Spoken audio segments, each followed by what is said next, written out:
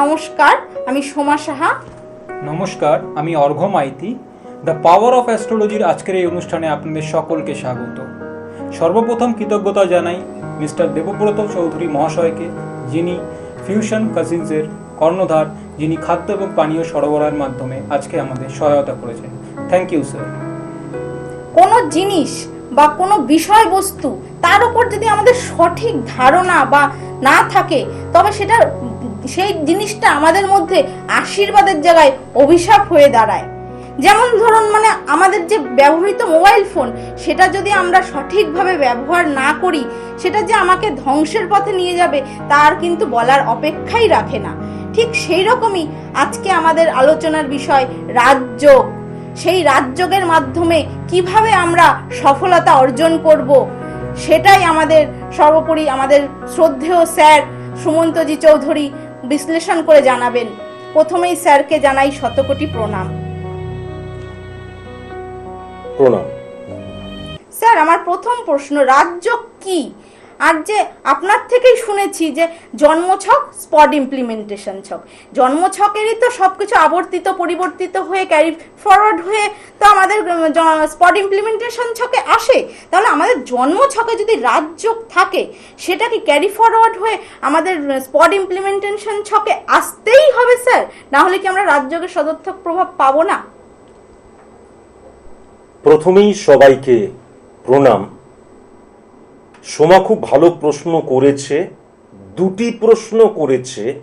প্রথমে আমি দ্বিতীয় প্রশ্নের উত্তরটা দিয়ে আজকের অনুষ্ঠানটা শুরু করি। আমরা যখন জন্মাচ্ছি, জন্মের সময়কার যে time of birth, place of birth, এই যে date of birth, time of birth, place of birth, এর দ্বারা ছক ক্যালকুলেশন করে যে ছকটি সৃষ্টি হচ্ছে, সেটাকে তো জন্ম ছক বলে। তারপর আমাদের 5 বছর, 10 বছর, 15 বছর, 20 বছর, 30 বছর, 40 বছর বয়স বাড়ছে। বয়স বাড়ার সাথে সাথে আমাদের দৃষ্টিভঙ্গির পরিবর্তন হচ্ছে, চিন্তাধারার পরিবর্তন হচ্ছে, শরীরের পরিবর্তন হচ্ছে, যৌনতার পরিবর্তন হচ্ছে। যেমন এইগুলোর পরিবর্তন হচ্ছে, সেরকম জন্মের সময়কার যে গ্রহগত সিচুয়েশন, যে গ্রহগত অবস্থান, সেগুলোও কিন্তু আপডেট হতে হতে পরিবর্তিত এবং আবর্তিত হয়ে চলেছে। সুতরাং আমাদের যে রাজযোগের অবস্থান, সেটা জন্ম ছকে নির্ধারণ করলেও এটা কিন্তু একটা স্পেসিফিক টাইমের মধ্যে আবদ্ধ। এমন নয় জন্মছকটা অল্প ছিল, এটা আস্তে আস্তে বেড়ে যাচ্ছে রোগের মতো বা আমাদের অপরচুনিটির মতন। দেখা যাচ্ছে আমার একটা ঘা হয়েছে, আস্তে আস্তে আলসার, ক্যান্সার হয়ে যাচ্ছে, তা নয়। আমি এখানে একটুখানি বলছি, আমাদের নেগেটিভিটি যদি জন্মছকে থাকে, তাহলে তো সেটা বাড়তে বাড়তে আমাদের, যেমন আমি এখানে খুব সুন্দর একটা এক্সাম্পল দেয়া যায়। আমি এক্সাম্পলটা দেব, তাহলেই তুই বুঝতে পারবি। জন্ম ছক বা স্পট ইমপ্লিমেন্টেশন ছক বা কালপুরুষ ছকের রাজযোগ টাইমিং এর খেলা, বুঝতে পেরেছিস? আমি তাও রাজযোগ কাকে বলে সেটা পরবর্তীকালে আসছি। 2009 থেকে 2026 ফেব্রুয়ারি, মিডল ফেজ অফ ফেব্রুয়ারি পর্যন্ত আমাদের শ্রদ্ধেয় দিদি মমতা বন্দ্যোপাধ্যায়ের রাজযোগ চলছে। তাহলে 2009 সালে যে রাজযোগটা সৃষ্টি হয়েছিল, 2019 সালে সেটা এক্সট্রিম পর্যায়ে গেল। 2019 সাল, 2029 সাল, 2049 সালে কখনোই গ্রোন আপ করবে না। সেটা যেহেতু টাইমিং এর খেলা ছিল, middle phase of February 2026 of হয়ে গেল। বুঝতে পেরেছিস?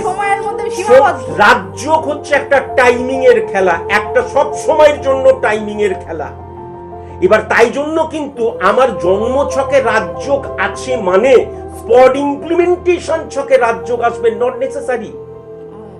আমার কর্ম, আমার অধ্যাবসায়, সেটা রাজযোগ মানে কি? গ্রহগত সিচুয়েশন তো, তাই তো? কেন্দ্র এবং কোণের খেলা, 1 4 7 10, তাই তো?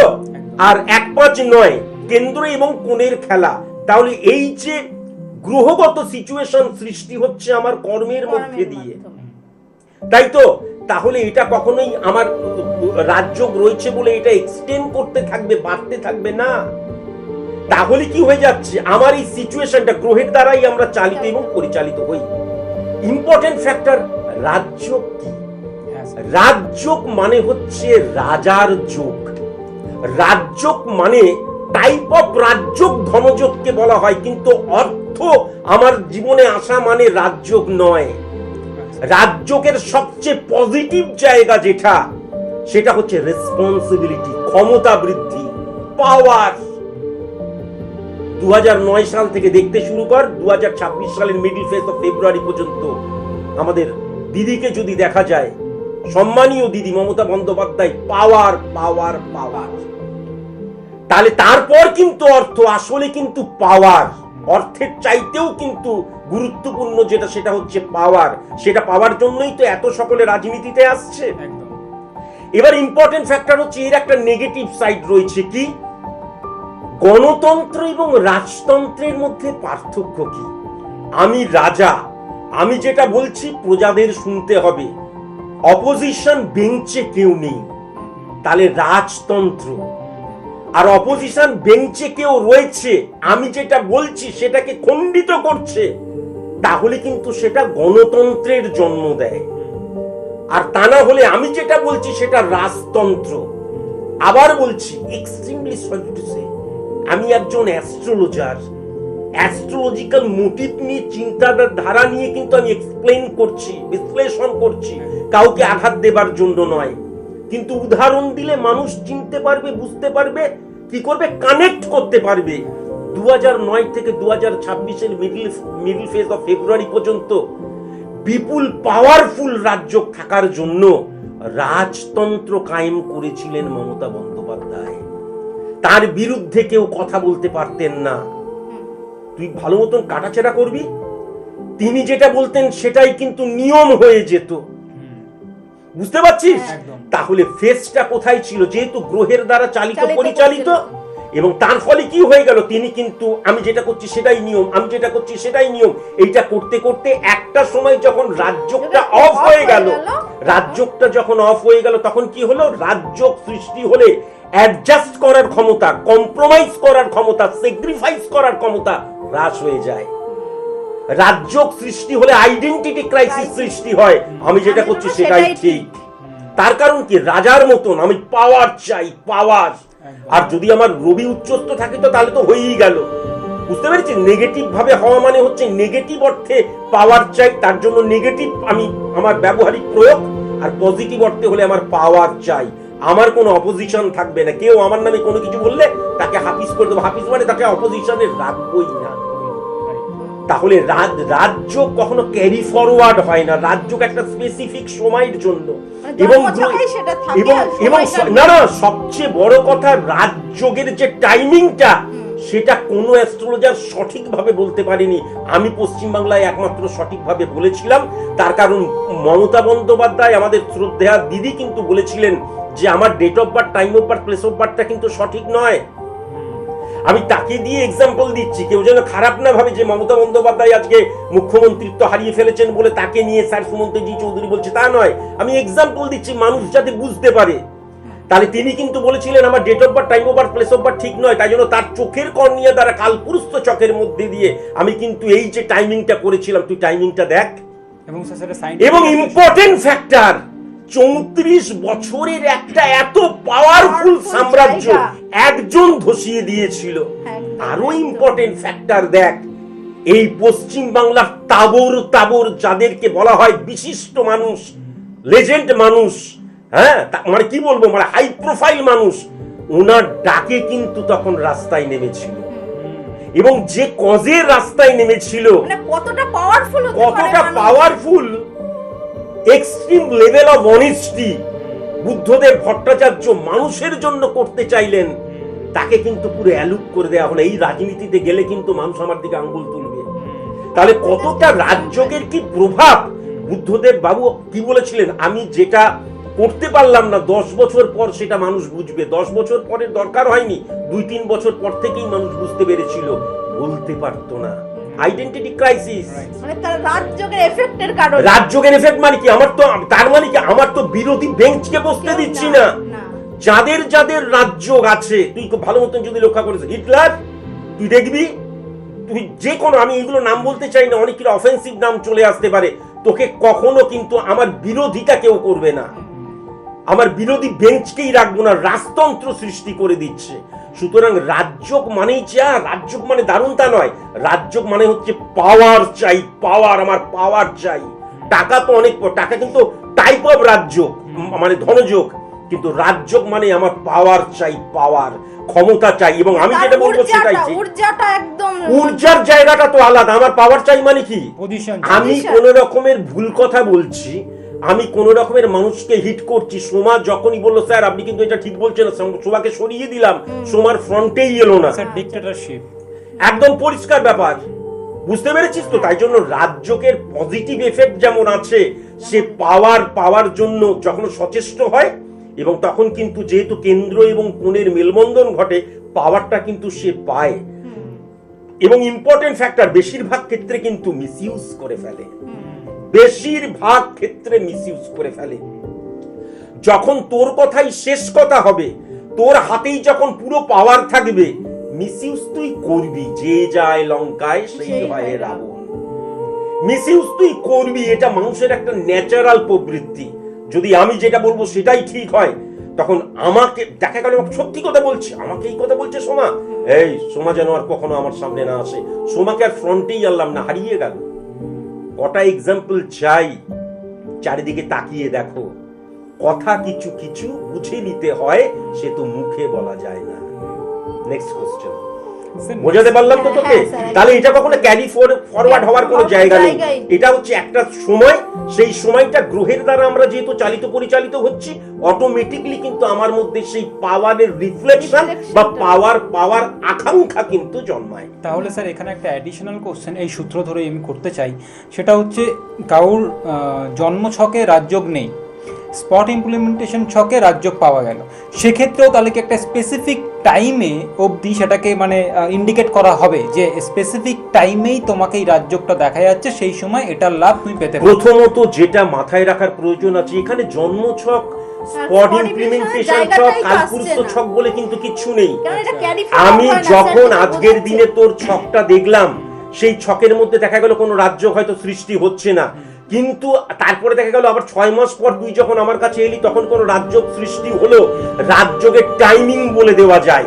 এখন ইম্পর্টেন্ট ফ্যাক্টর হচ্ছে রাজযোগ মানে তোর ছকের মধ্যে তৈরি হওয়া মানেই রাজযোগের এফেক্ট তুই পাচ্ছিস না। তার কারণ কি, গ্রহগুলো কি বলবান, গ্রহগুলো ডিগ্রি কিরকম, গ্রহের সাথে নক্ষত্রের সম্পর্ক কি স্থাপন হচ্ছে, গ্রহগুলো বলবান হলে নেগেটিভ ভাবে বলবান না পজিটিভ ভাবে বলবান, এর উপর কিন্তু রাজযোগের এফেক্টটা বোঝা যায়। রাজযোগ মানেই আমি ক্ষমতা পেয়ে গেলাম তা নয়, কিন্তু সেটা কত বাস্তবে ইমপ্লিমেন্ট হচ্ছে সেটা প্রথমত হচ্ছে গ্রহগত সিচুয়েশন কেমন। দেখ, এইটা বুঝতে গেলে আরো ওই যে আরো গভীরে যাও। প্রথমত হচ্ছে গ্রহগত সিচুয়েশন, আর এই গ্রহের যে উচ্চমান বা নিম্নমান আমার কর্মের মধ্যে দিয়ে তার রিফ্লেকশন ক্রিয়েট হয়। বুঝতে পেরেছিস তো? সুতরাং আমি রাজযোগকে ব্যবহার করতে পারবো কিনা, এরকম অনেকে রয়েছে যাদের রাজযোগ এসছে চলে গেছে, হয়ে গেছে, ব্যবহার করতে পারি। নেগেটিভ ইনফ্লুয়েন্স কখনো কোনো কিছুই হয়নি, যোগ থাকলেই কেবল কোনো কিছু হয়ে যায় না। তার কারণ যোগ থাকলেই যদি সবকিছু হয়ে যায়, কিচ্ছু করার তোর দরকার নেই। আমাদের মোবাইলে অনেক অ্যাস্ট্রোলজিক্যাল অ্যাপ আছে, যে কোনো একটা অ্যাপ তুই ডাউনলোড করলি, করে তুই date of birth, time of birth, place of birth দিলি, দিয়ে বলবি আমার এই ছকের মধ্যে কটা রাজযোগ, দেখবি 12টা, 14টা, 20টা, 50টা রাজযোগ। রাজযোগ থাকাটা বড় কথা নয়, রাজযোগের প্রভাবটা কি আমার জীবনে পড়ছে, সেটা কিন্তু আমার কর্মের মধ্যে দিয়ে পড়বে। আচ্ছা স্যার, তাহলে আমি একটা কোশ্চেন করতে চাই, সেটা হচ্ছে স্যার, এটা আপনি বলেই দিলেন ওই অ্যাপের মাধ্যমে 10টা, 12টা, 20টা অনেকগুলো রাজযোগ হতে পারে, তো এটা একটা কোশ্চেন আমার ছিল।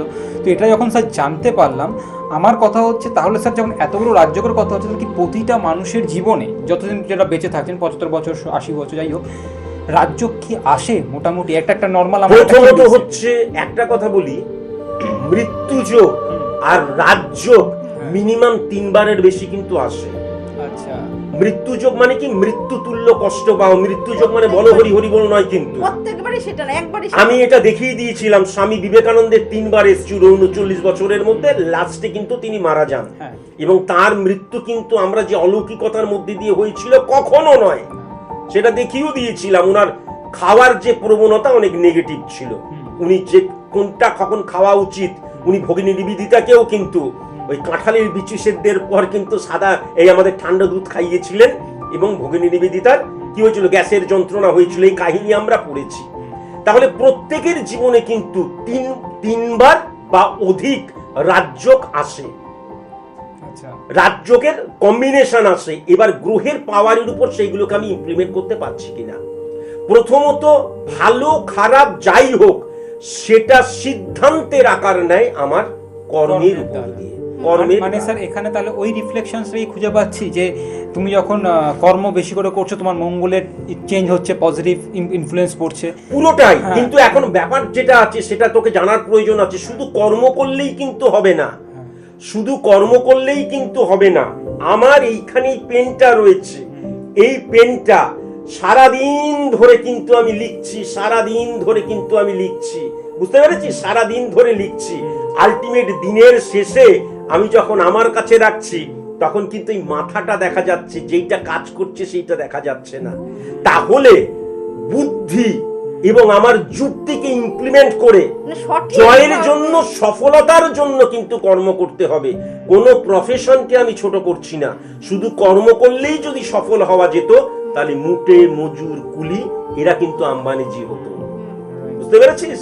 এটা কখনোই নয়। এখানে আমার একটা কোশ্চেন, সেকেন্ড কোশ্চেন আমি করতে চাই, তারপর ম্যাডাম আপনি করবেন।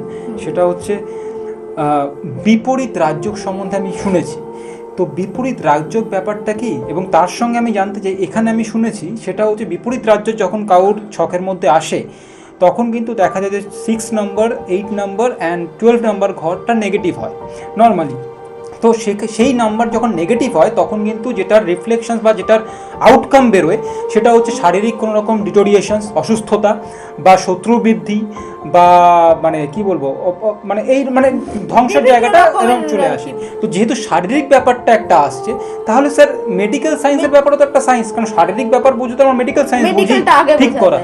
তাহলে যদি ওইখানে নেগেটিভিটিটাকে অফ করে দেওয়া হয়, হরমোনাল যে নেগেটিভিটি ছকে যেটা আছে, তাহলে তো স্যার তার পজিটিভ হয়ে গেলে তো তার তো শারীরিক ব্যাপারটা ঠিক হয়ে যেতে পারে। তাহলে এখানে মেডিকেল সায়েন্সের ভূমিকাটা কি?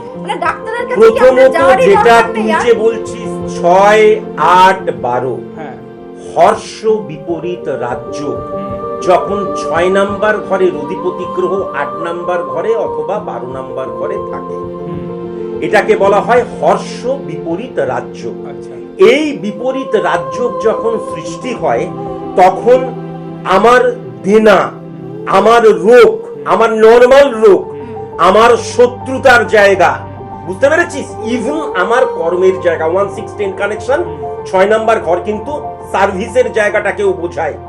আমার যে নেগেটিভ ইনফ্লুয়েন্সের জায়গাটা, সেই নেগেটিভ ইনফ্লুয়েন্সটা কিন্তু অফ হতে শুরু করে। যেমন 8 নাম্বার ঘরে শনি থাকলে, 8 নাম্বার ঘরটা তো মারক স্থান, কিন্তু শনি এবং বুধ গুড রেজাল্ট দেয়, সেরকম 6 নাম্বার ঘরের অধিপতি গ্রহ যদি 8 নাম্বার বা 12 নাম্বার ঘরে থাকে। এবার ইম্পর্টেন্ট ফ্যাক্টর যেটা হচ্ছে 6 নাম্বার ঘরে নেগেটিভ ইনফ্লুয়েন্স যদি কখনো ক্রিয়েট হয়, বিশেষ করে যদি আমাদের বৃহস্পতি এবং বুধের অবস্থান, রবি এবং সূর্যের অবস্থান, তাহলে আমার ছেলে বা আমার বাবা আমার চিকিৎসা করছে কিন্তু ভুল চিকিৎসা হচ্ছে। আমি কিন্তু মেডিসিন নিচ্ছি কিন্তু আমি ভুল মেডিসিন নিচ্ছি, মানে আমি এমন নয় যে আমার কোন রকমের চিকিৎসা হচ্ছে না, বুঝতে পেরেছিস তো? তাহলে মেডিকেল সায়েন্সের কাজ করবে যখন 6th হাউসের অধিপতি গ্রহ পজিটিভ অর্থে, বারবার ধরে বলছি একটা পজিটিভ দিক আছে, একটা নেগেটিভ দিক আছে। তাহলে নেগেটিভ সাইড মানে কিন্তু ওই ভুল চিকিৎসা, যতই 6 নাম্বার ঘরে যতই মানে হর্ষ বিপরীত রাজযোগ সৃষ্টি হোক, কিন্তু যখনই 6 নাম্বার ঘরের অধিপতি গ্রহ পজিটিভ অর্থে 8 নাম্বার এবং 12 নাম্বার ঘরকে হিট করবে, তখন দেখা যাবে আমি যে ভুল চিকিৎসা করছিলাম। দেখবি আমার স্টুডেন্টরা অনেকে বলে স্যারের কাছে আসার পরে আমার আর কোন রকমের রোগ ফোক কিছু হলো না, কিসের জন্য? আমি ভুল চিকিৎসা করছিলাম। রাত্রিবেলায় ঘুম আসছে না, আমি তোকে ওষুধ খেতে দিলাম না, আর একজন ডাক্তার ঘুমের ওষুধ দিয়ে দিয়ে তোকে আরো দেখা যাচ্ছে মাদকাসক্ত করে ফেলছে, বুঝতে পেরেছিস? তাহলে সুতরাং হচ্ছে পজিটিভ অর্থে যদি হয়, আমি যে লোন করছি সেখান থেকে আমি বেরিয়ে আসতে পারবো কি করে? সোর্স অফ ইনকাম বৃদ্ধি পেয়ে যাবে 6, 8 এবং 12 কানেকশনের মধ্যে দিয়ে। আমার মানসিক ভাবে আমি যদি ডিস্টারবেন্সের মধ্যে থাকি 12 নাম্বার ঘরে, মানসিক ভাবে ক্রাইসিসের মধ্যে থাকি, স্ক্যাটারলি মুভ করি, হ্যাপাজার্ডলি সিদ্ধান্ত গ্রহণ করি, সারাক্ষণ ভয় ভয় লাগে, অকওয়ার্ড সিচুয়েশন ফিল করি, একা একা যদি কোনো কাজ করতে মানে ভয় পাই, তাহলে হর্ষ বিপরীত রাজযোগ কি করবে? এই নেগেটিভ ইনফ্লুয়েন্সটাকে অফ করে দেবে। বুঝতে পেরেছিস? তার অর্থ এই নয় যে তাকে সারিয়ে দিচ্ছে না, মেডিকেল সায়েন্স করছে। এখানটা একটা কোশ্চেন, তাহলে মেডিকেল একটু তাড়াতাড়ি বলার টাইম নেই, কিন্তু ট্রিটমেন্টটা একটু ভুল হয়ে যাচ্ছে। সেই ক্ষেত্রে কি এরকম হতে পারে যে মেডিসিনটা খাচ্ছে সেই মেডিসিনটা পজিটিভলি শরীরে কাজ না? এইটাই তো কথা, যে মেডিসিনটা খাচ্ছে সেই মেডিসিনটা হয়তো খারাপ নয়, কিন্তু আমার শরীরে পজিটিভ ভাবে কাজ করছে না। ফার্স্ট এইটা গেল। সরল বিপরীত রাজযোগ কি? সরল বিপরীত রাজযোগ মানে হচ্ছে 8 নাম্বার ঘরের অধিপতি গ্রহ 6 নাম্বার আর 12 নাম্বার ঘরের মধ্যে কোনো একটা ঘরে যদি থাকে। 8 নাম্বার ঘর মানে হচ্ছে মানব স্থান, লেন্দি প্রসেস, সাইলেন্ট কিলার। ধীরে ধীরে ধীরে ধীরে দেখা যাচ্ছে আমি মানে মৃত্যুর দিকে এগিয়ে যাচ্ছি। সেটা কিন্তু যে কোনো রকমের হতে পারে। দেখা গেল আমার সুগার হয়েছে, কথা বলিস না, টাইম নেই, চট করে বলতে দে। সুগার হয়েছে দেখা গেল, বা দেখা গেল আমি আস্তে আস্তে অসুস্থ হতে হতে আমার ট্রিটমেন্ট হচ্ছে না। তাহলে কিন্তু এই রাজযোগ যখন সৃষ্টি হবে তখন পজিটিভ অর্থে কিন্তু অনেকে আছে দেখবি, ক্যান্সার পেশেন্ট মরে গেল, অনেকে দেখবি 3rd স্টেজ পর্যন্ত গিয়েও আবার ফিরে এলো। আমার স্টুডেন্ট রয়েছে। তাহলে বিপরীত রাজযোগ সৃষ্টি হলে কিন্তু হয়। ইম্পর্টেন্ট ফ্যাক্টর যেটা হচ্ছে বিমল বিপরীত রাজযোগ যদি দেখা যায়, 12 নাম্বার ঘরের অধিপতি গ্রহ 8 নাম্বার বা 6 নাম্বার ঘর যদি হয়, সবচেয়ে ইম্পর্টেন্ট ফ্যাক্টর যেটা হচ্ছে এরা কিন্তু স্বভূমিতে মানে সক্রিয়তা বা সফলতার জায়গা পায় না। এরা কিন্তু যত দূরবর্তী স্থানে যায়, 12 নাম্বার ঘর যত দূরবর্তী স্থানে যায় এবং ফিনান্সিয়াল ক্রাইসিস থেকে কিন্তু এরা বেরিয়ে আসতে পারে, এই যদি বিপরীত রাজযোগ সৃষ্টি হয়। আমি ছোট করে বলছি, আর টাইম নেই বলে। নিজভঙ্গ রাজযোগ এরকম একটা আমরা যে নিজভঙ্গ রাজযোগ ভেরি আমি চট করে বলছি, ভেরি ভেরি ইম্পর্টেন্ট, একটুখানি বোঝাই। নিজভঙ্গ রাজযোগ মানে কি? শনি কোথায় নেগেটিভ ফল দেয়? শনি কিন্তু মেষের ঘরে নেগেটিভ ফল দেয় আর তুলার ঘরে পজিটিভ ফল দেয়। তাহলে শনি যখন দেখা গেল যে মেষের ঘরে বসে রয়েছে, কিন্তু মানে মেষের অধিপতি গ্রহ মঙ্গল 1, 4, 7, 10 কেন্দ্রে রয়েছে, অথবা 1 তারপরে 5, 9 কোণের মধ্যে বিরাজ করছে, তাহলে নিজভঙ্গ রাজযোগ সৃষ্টি হবে। বুঝতে পারলি? বুঝতে পারিসনি আরো ভালো করে দেখবি। আবার আরেকটা কিভাবে হয়, যখন দেখা যায় যে আমার দাঁড়া 1 সেকেন্ড, চোখের মধ্যে আমার পড়ে গেল। আবার যখন দেখা যায় যে আমাদের শনি মেষের ঘরে বসে রয়েছে, মঙ্গলের ঘরে বসে রয়েছে, শনি কোথায় পাওয়ারফুল? তুলার ঘরে পাওয়ারফুল। তাহলে তুলার ঘরের অধিপতি গ্রহকে শুক্র যদি লগ্ন থেকে 1, 4, 7, 10 বা 1, 5, 9 যদি বিরাজ করে পজিটিভ অর্থে, তাহলেও কিন্তু নিজভঙ্গ রাজযোগ সৃষ্টি হয়। আবার যদি দেখা যায় মঙ্গলের ঘরে শনি নিচস্থ হয়ে বসে রয়েছে কিন্তু লগ্ন থেকে 1, 4, 7, 10, তাহলেও নিজভঙ্গ রাজযোগ সৃষ্টি হয়। আবার যদি দেখা যায় শনি নিচস্থ হয়ে মঙ্গলের ঘরে বসে রয়েছে কিন্তু শনির ঘরে যে গ্রহগুলো বসে রয়েছে সেই গ্রহগুলো পাওয়ারফুল হয়ে 1, 4, 7, 10 বসে রয়েছে, তাহলেও কিন্তু নিজভঙ্গ রাজযোগ সৃষ্টি হয়। নিজভঙ্গ রাজযোগ মানে আমার দুর্বলতা বা আমার নেগেটিভ সাইড যখন আমার পজিটিভ সাইড হয়ে যায়। অনেক সময় কি হয়, দেখা যাচ্ছে আমি প্রচুর পরিশ্রম করছি, আমি আমার সংসার জীবন, আমার ব্যক্তিগত জীবনকে আমি মূল্য দিচ্ছি না, তারপরে দেখা গেল সেটাই শক্তি হলো। আমি যখন এমন একটা শ্রীবৃদ্ধি বা আমি যখন সফল হলাম, তখন দেখা গেল অর্থনৈতিক প্রতিবন্ধকতাকে কাটিয়ে উঠলাম, আমার যে পরিবারকে সময় দিতে পারছিলাম না তাদেরকে সিকিউর জোনে নিয়ে চলে গেলাম। অনেক সময় সারা রাত জেগে পড়াশোনা করছি, ঘুমোচ্ছি না, টায়ার্ড ফিল করছি, পরবর্তীকালে দেখা গেল সেই পড়াশোনা দ্বারা কিন্তু আমি পরবর্তী জীবনে অনেক হাইলি কোয়ালিফাইড হলাম, উচ্চ শিক্ষায় শিক্ষিত হলাম এবং দেখা গেল যে আমি মানে কি বলবো প্রতিষ্ঠিত হলাম। তাহলে আমার যে নেগেটিভ সাইড সেটাই কিন্তু আমার পজিটিভ সাইডে রূপান্তর পরিবর্তন ঘটায় নিজভঙ্গ রাজযোগের ক্ষেত্রে। স্যার আমাদের সময় অনেকটাই কম, মানে আমরা এটা অনেকটা ডিটেলসে বুঝলাম, অনেক রকমের রাজযোগ সম্বন্ধে আমরা বুঝলাম এবং আশা করি দর্শকরাও রাজযোগ যে ব্যাপারটা মানে ভেবে থাকেন যে রাজযোগ নিয়ে আরো অনেক কিছু বলার আছে, এই কম সময়ের মধ্যে এইটুকুই বলা যায়, কিন্তু এটুকু ক্লিয়ার হলো যে রাজযোগের একটা স্পেসিফিক সময় আছে এবং সময়টা না তাছাড়াও তোকে বলি পঞ্চমহাপুরুষ রাজযোগ আছে, গজকেশরী রাজযোগ আছে, বুধাদিত্য রাজযোগ আছে। এইগুলো নিয়ে পরবর্তীকালে কখনো আলোচনা করব, কেননা রাজযোগ এমন মানে এইগুলো অত্যন্ত মানে কি বলবো নিখুঁত ভাবে এবং বিস্তারিত আলোচনা করা প্রয়োজন। এইগুলো কখনো এক কথায় কখনো আলোচনা করা যায় না। আমি আজকের আলোচনায় কেবল বোঝাবার চেষ্টা করলাম রাজযোগ আসলে কি। রাজযোগ আসা মানেই আমার জীবনে অনেক কিছু পেয়ে গেলাম তা কিন্তু নয়।